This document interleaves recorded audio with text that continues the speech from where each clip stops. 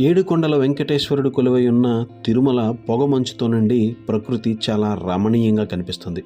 ఈ ప్రకృతి అందాలను చూసి భక్తులు మైమరచిపోతున్నారు.